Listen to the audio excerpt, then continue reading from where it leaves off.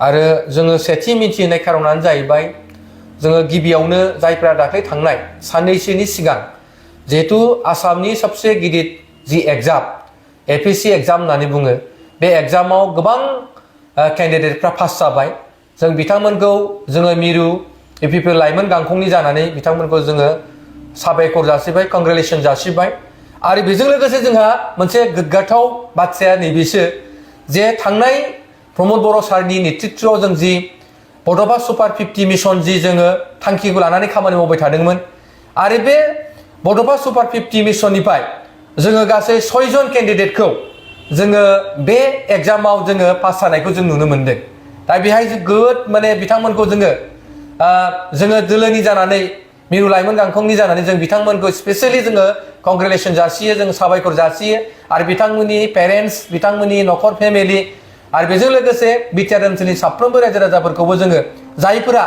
बे एग्जामखौ होनानै उथ्रिसारनो हाबाय जों बिथांमोनखौबो जोंनि मिरु लाइमोन गांखंनि जानानै बिथांमोनखौ जोङो बरायनाय थाबाय आरो बेजों लोगोसे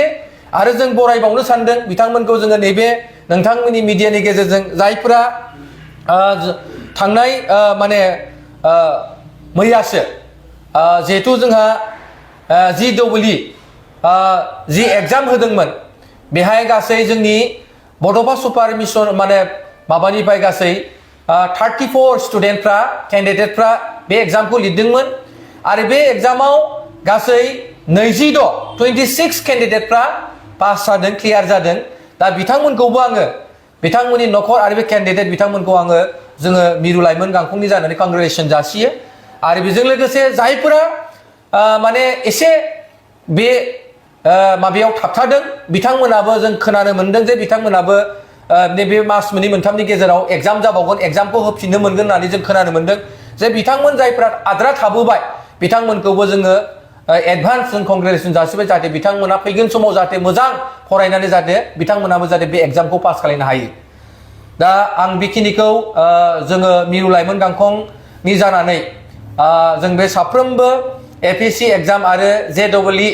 कैंडिडेटफ्रा जायफ्रा उथ्रिसार जानो हाबाय जों बिथांमोनखौ साफ्रोमखौबो जोंनि इउपिपि हान्जानि जानानै बिथांमोनखौ जों बरायबाय।